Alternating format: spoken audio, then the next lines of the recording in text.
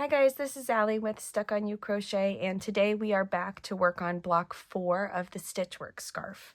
So if you've been following along with our stitch along, we worked block 1, which was the loop stitch, block 2, where we used our tapestry crochet to make a checkerboard design, and then block 3 featured our puff stitch. So today we're going to be working on block 4, and block 4 features the spike stitch. So if you are not working the Stitchwork Scarf and you're just curious about the spike stitch and how to do it, how to use it in your crochet designs, then that's fine. This tutorial will work for you, but I am going to be explaining the technique and the pattern according to the written instructions in the Stitchwork Scarf.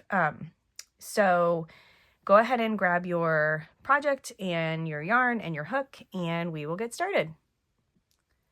At the end of block 3, we used a stitch marker to block off our design. So you can go ahead and take that out, and you should have your working yarn attached still. At the end of block 3, we were working with color D according to the pattern, and we're going to continue with that color for the start of block 4. So if you want to switch, you can, but I'm going to show for the video, I'm going to do what's written in the pattern. So I'm going to continue with color D, which I already have attached here, and we're going to chain 2 and then turn our project over. So now we are ready to begin block 4. In block 4, we need an odd number of stitches. We need 29 stitches total. So you are going to work 29 stitches across the top of these puffs. Now, in the row before the puffs, we needed 30 stitches, and then we had the puffs. So you might find that you need to decrease a stitch, or you might find that you need to increase a stitch.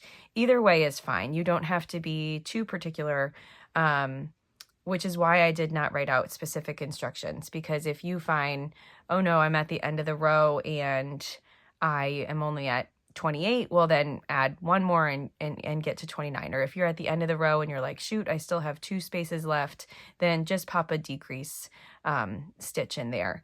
But whatever you do, at the end of row 1, you want to have 29 single crochet stitches that are evenly spaced. So go ahead and add those now. And you are going to be working into the tops of the puffs and into the chain spaces.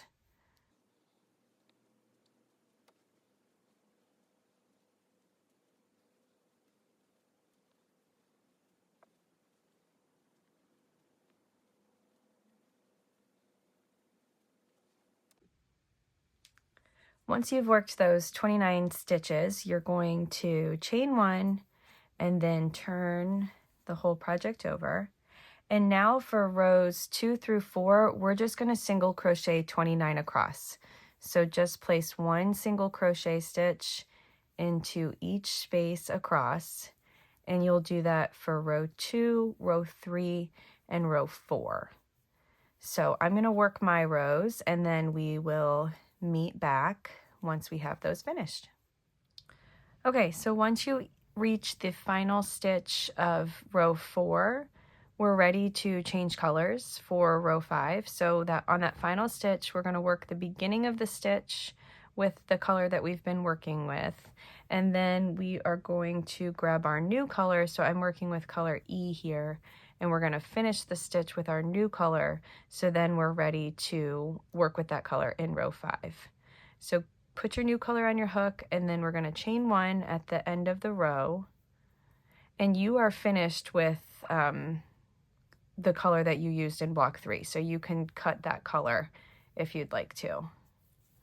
Then we'll turn everything over, and now we're ready to start our spike stitch. So in this pattern, we're going to work 2 different types of spike stitches. So we have a spike 1 stitch and a spike 2 stitch. So for the spike 1, what that means is that we're working 1 row below. So for a typical single crochet stitch, you're working along the row, you would work in this space that's just below. For a spike 1 stitch, you're going to work 1 row below. So we would work into this space that's under this row that we just finished. For a spike 2 stitch, we're going to work 2 rows below. So 2 rows below would be even further down. You're working back 2 rows and putting your stitch into that space. So I'll get started and I'll go slow and show you the spaces that we're working with. But to start this row, we're just going to work a single crochet stitch. So that's simple. Work your single crochet stitch here on the end. And I know that my ends are a little bit in the way, but so we've got our single crochet stitch there on the end, and now we do our first spike 1 stitch. So for this stitch, here's our single crochet. Here's where we would place our single crochet if we were working into that space. We're going to work 1 row below, which is right here. So we're going to work into that space there. Insert your hook, draw up a loop, and you'll see the loop has to be a little taller because you want it to match the height of the row that you're working in. Then yarn over and finish that stitch. So it's still working a single crochet stitch. We're just working it into the row below. Now in the next stitch space, we're going to work a spike 2. So here's where we would put our single crochet stitch. This is where we would go if we were working a spike 1. For a spike 2, we're going to go right down here. So we need to go 2 rows below to place our spike 2. So insert your hook into that space, draw up a loop, and we need to be even longer now, and then yarn over and pull through both of those loops. So I'll show you the different heights here.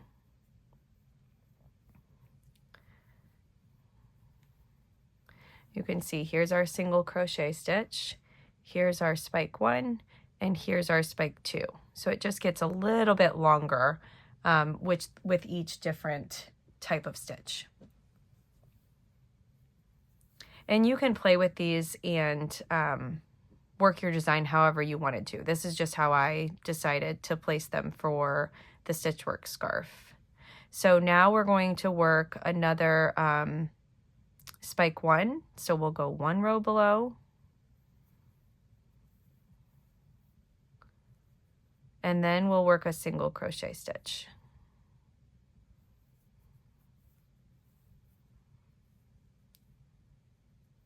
So you can see our design. We've got 1 single crochet, a spike 1, a spike 2, a spike 1, and a single crochet stitch. Then we're actually going to put a second single crochet stitch here, and this is just going to be in between our spike designs. So that finishes 1 repeat. So our repeats have 6 stitches in them. It's a single crochet, spike 1, spike 2, spike 1, and then 2 single crochets. So we're going to continue to repeat that across the row.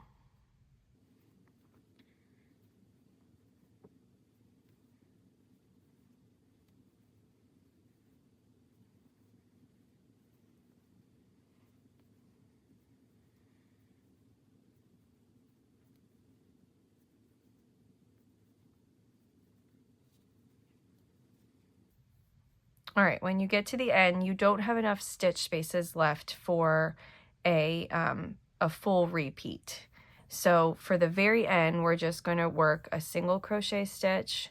We'll work a spike 1, then a spike 2, a spike 1, and then we've only got enough space for 1 single crochet stitch. So 1 single crochet goes right there at the end, and that works out because it mirrors our single crochet that is over on this end.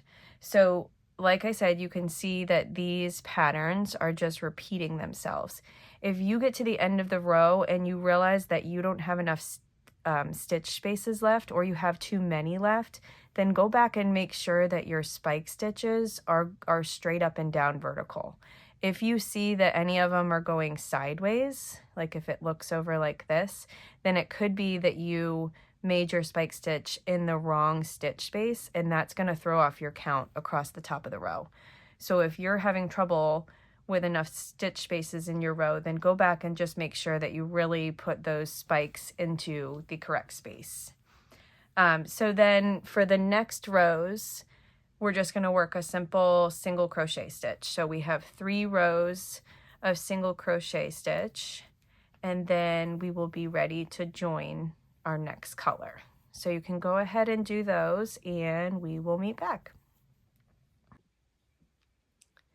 At the end of row 8, then you're ready for your next color. So like I showed before, we're going to finish that stitch with our next color on the hook. So I'm switching to color F here. You can add that color and chain 1 and then turn the whole thing over. And now we're finished with color E, so you can go ahead and snip that. This section does have a lot of ends to weave in on the side, so disclaimer there. You'll have to go back and weave those if you choose to do color changes, the color changes that are written. So now we're going to work some more spike stitches, but it's in a little bit different pattern than we did in row 5. So for this design, we want the spikes to go in between the ones that we made before. So to start this row, we're going to start with a spike 1. So we went into this space for our single crochet stitch. We're going to go into this space for our spike 1 stitch.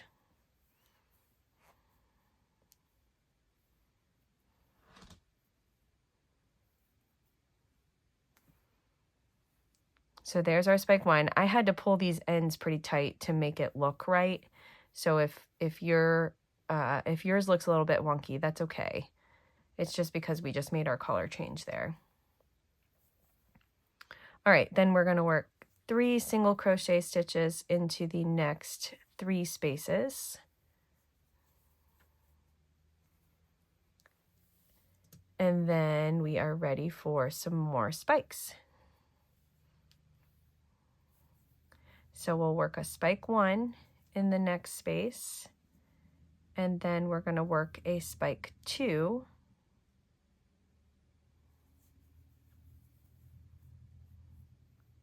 and then a spike 1. Then we'll repeat that across the row. So 3 single crochet stitches, then our spike 1, spike 2, and spike 1. And you can see how I said the design should be going in between the spikes of the prior row that we made them on, so you can see how they're alternating here. And again, if you see any of your spikes going sideways, then you want to stop and make sure that they're going straight up and down vertical.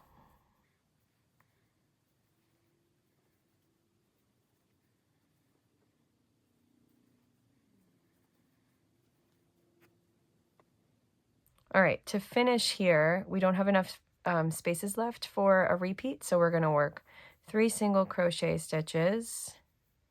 And in the final stitch, we're going to work a spike 1. And that's so that we will mirror what we did on the other side. So there's our finished row 9. We've got our spikes of row 5, and then our spikes of row 9 are lining up in between. Once you finish row 9, you're going to chain 1, and then you're going to work your 3 rows of single crochet, and then you'll be ready to switch. So I'm not going to go through each of the color switches, because in row 13, you're going to repeat what you did in row 5. In row 17, you're going to repeat what you did in row 9. And then in row 25, you'll repeat 5. In row 25, you'll repeat 9. So it's really just repeats from here, but you're going to work them in various different colors if you want to. If you want to just work the same color, then that's fine too. You will not see the design quite as apparent if you work the same color, but that's okay. So go ahead and finish up through row 25. At the end of row 25, it's going to look just like we do right here. you just will have more blocks of the spike stitch. So when you get to the end of row 25, then you can take your stitch marker and just like we've done, you can block off that row. I know I'm not on row 25 here, but I'm just going to go ahead and give the instructions. So once you get to the end, you'll block it off with a stitch marker. You don't want to cut your working yarn when you're at the end of row 25 because we're going to use that for block 5. So you can just leave that attached. So that's it for block 4. If you have any questions, then feel free to reach out to me. But hopefully this one's not too tricky, too confusing. It's really just single crochet stitches with an extra long loop. I think the hardest part is just making sure that you're going into the right stitch space. So let me know if you have any trouble, and I will be back with block 5.